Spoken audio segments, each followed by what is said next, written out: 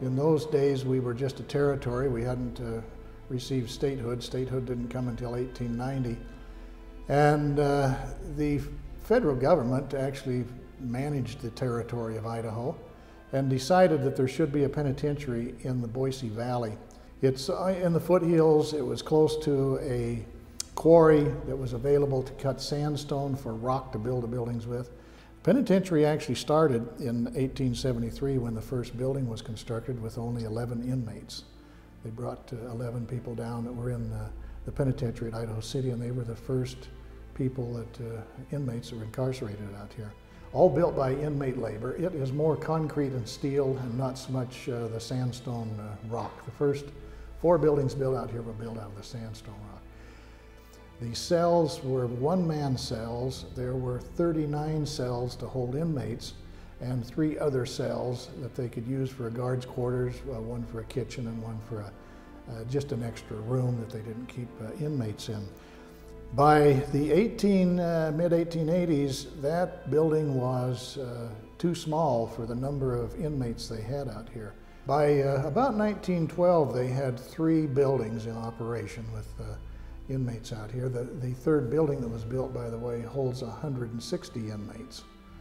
So they started with 40, that quickly became 80 in the first building. They built the 2nd building with 40 that would hold 80, and they built the 3rd building to hold as much as those first 2 buildings. So they had a capacity then of about 300 to 320 inmates.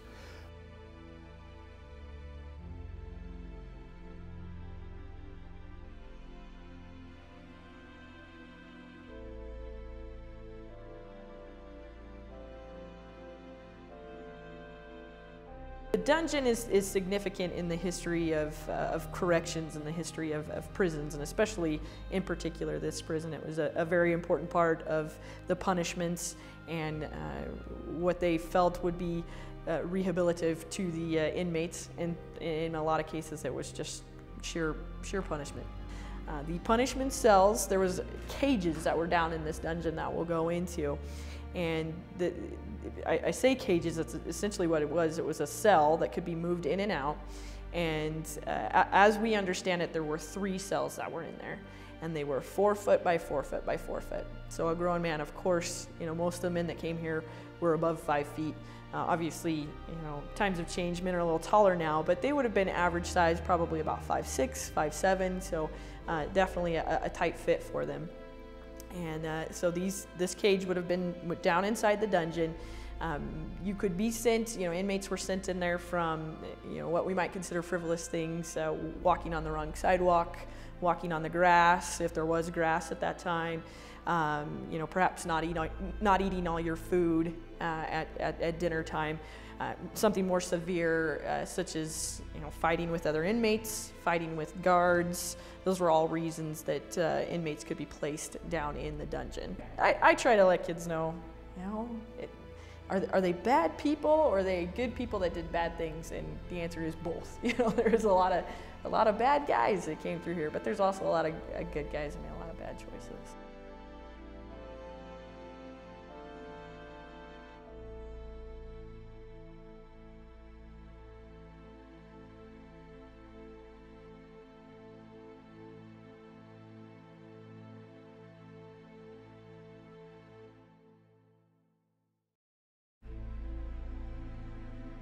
There was a severe one in the 30s, and then there was another bad one in the 50s. And then after that, they kind of come closer together, and there's a big reason for that. There was one in 1966, there was one in 1971, and there was one in 1972. Luckily for us as historians and preservationists, the one in 1966 didn't do a lot of damage. It was more of a peaceful sit-in, which is obviously a sign of the times there. But the riots in 1971 and 1971 were a direct correlation with the conditions here. Obviously now we can look at this and almost always we get people, and you guys have mentioned it, that say, I can't believe this place was open in 1973. It really wasn't that long ago, and especially for the conditions that are out here.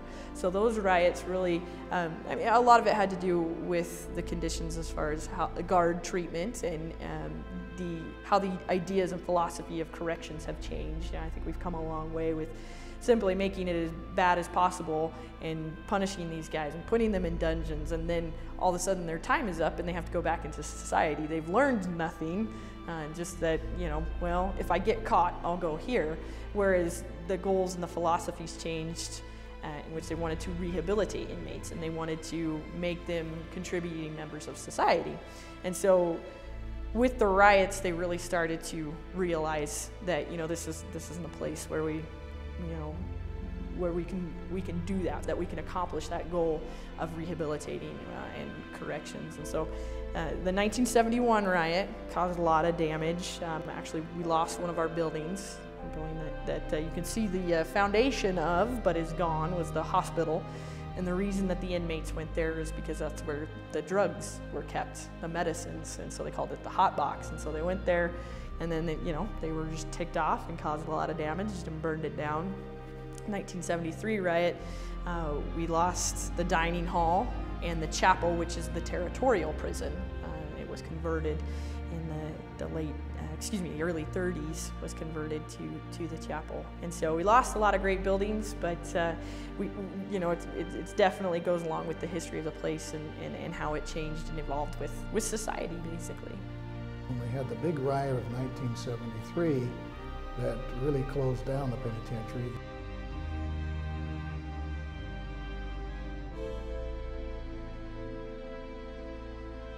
Well, it's a great opportunity to learn about community. You know, it's a different kind of community that's inside here. I would say probably once a month, once every couple months, we have an inmate or a former guard that come here, and they just want to look around. For some of them, it's simply a catharsis. You know, they just want to. This is something that they overcame in their life. For others, I think they're still angry, still upset about maybe things that happened to them here, and a lot of them are bringing their families back though, and they're just saying, you know, this was a part of my life, this is where this was my cell house, or this is where I did this, or this is where I did that.